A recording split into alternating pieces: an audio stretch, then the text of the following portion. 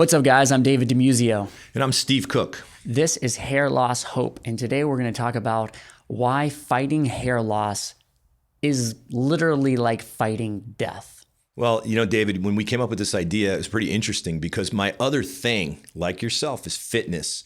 And I've always been a gym rat. I just believe in keeping your body in shape. Now that I'm kind of past the age 30, I feel that, I'm fighting father time. I'm trying to beat Mother Nature, and I'm trying to fight father time. If you think about it, when you're a gym rat, you've been in the gym in your 20s, in your 30s, your 40s, and onward, it gets harder. There are things that are more challenging. I'm a very competitive person, believe it or not, and I look over at the young guy and I'm like, I can do that. Well, guess what? Not always. I can't do that anymore, or at least I can't do it on that level. So when we look at fighting father time, Mother Nature, trying to figure out how we're going to stay young or as young as we can. That's a nice goal. It's a nice goal to be healthy for your family, for obviously for your job opportunities, for your friends. I've always been that guy that said, let me see how far I can push this, how far I can go. Hair is the same way. So when we talk about hair loss, when we talk about preservation, when we talk about restoration, I got news for you.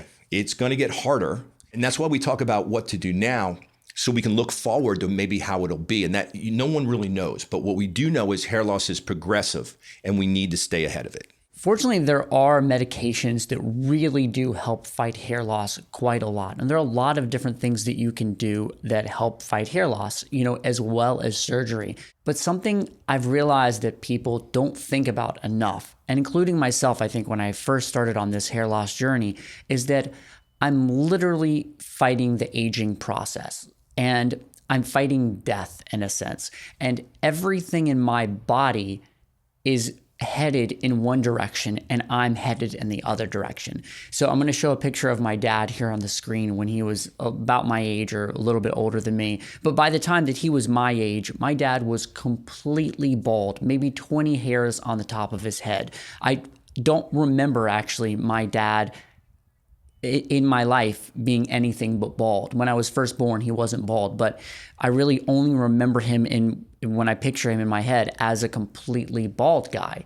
And I would have been completely bald by this age. Actually, my dad went bald even later than me. So my genes are even worse than my dad's. So I'm really fighting an uphill battle when I'm trying to not be bald, and that's something that I've decided that I want to do because I've realized that it is possible and I like the way that it looks. If you decide to be fit, you can't just go to the gym for 6 months and get on an incredible program, do it for those 6 months and then stop.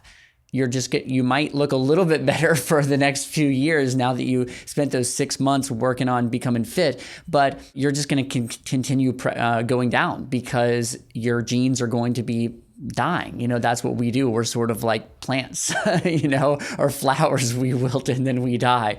That's what our bodies are trying to do. I think Tom Cruise is a really good example of someone who's obviously fought against aging. I think he's about 60 years old and he looks absolutely incredible. And he's a guy who obviously fitness is very important to in his life. He has access to the top cosmetic surgeons in the world and to the top dermatologists in the world. And I'm sure he eats really well. So he does all of these things that fight his aging process because that's very important that he looks great and he looks young. And look at him, he's still starring in super high grossing action Mission Impossible movies, in the same way that a guy in his late 20s would. I mean, he's probably grossing more and is still seen as about as much of a sex symbol as just about any 30-year-old out there in the movie scenes. This is a guy that's obviously fought aging and it has really worked for. And look at the extended career that he's had because of it. And so I sort of view my own hair transplant and hair loss journey in a bit of that way, like Tom Cruise.